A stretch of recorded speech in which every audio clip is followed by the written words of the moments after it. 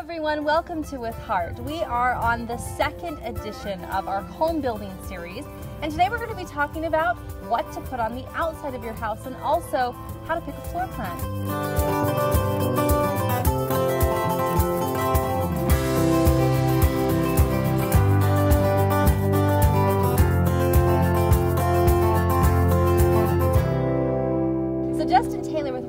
Is joining me yet again, and what are the things to consider when you're talking about picking a floor plan?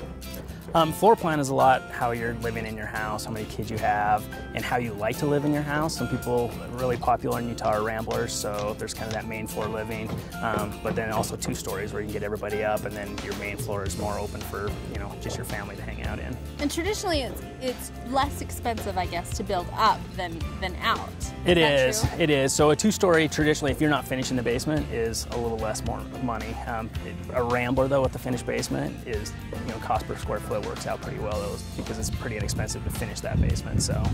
And what also do you have to think? Okay, well, where am I going to maximize my views? Am I going to get more of a view going up than out? You want to maximize your views, and you also want to know how you live to your yard. So are the doors going out to the part of the yard I'm going to live in? My kids are coming in and out. I think that's just equally as important, because there's sometimes houses that close off the part of the area that you want to live to the outdoors. And that's one thing out in Daybreak we really think about is, am I going to actually live in this space in the backyard? Do the doors read to that area? Does the front porch read to something that I want to actually hang out in? And somebody may like the look of something, but then they have to visualize themselves living there, right? So if you have a hard time climbing stairs, you probably don't want a house with, you know, high elevation. Absolutely. It tends to be people that don't want stairs. They end up going with slab on grade or a rambler where they're not just having to go up and down stairs. That's back to the lot a little bit. A flatter lot provides less stairs. More grade, you end up on that lot with a lot more stairs. So once somebody decides, okay, this is the floor plan that I want, this is exactly the house that I want, there's still a lot of other things to consider, right? You can do the same floor plan but very different styles. Absolutely. So our houses, we typically try to design 3 to 4 different elevations, and so you can have a house, same floor plan, a completely different look. And so it gives a lot of opportunity for people that they can provide different things, different looks, and it kind of meets everybody's different desires. What are the different exterior material options? So there's a lot of options. The most popular that we're seeing right now is almost everybody's doing a hardy type product on the outside, a cement fiberboard. Obviously there's a lot of different things you can do with hardy board or cement fiberboard. You've got lap siding, clapboard, there's batten board, there's shakes.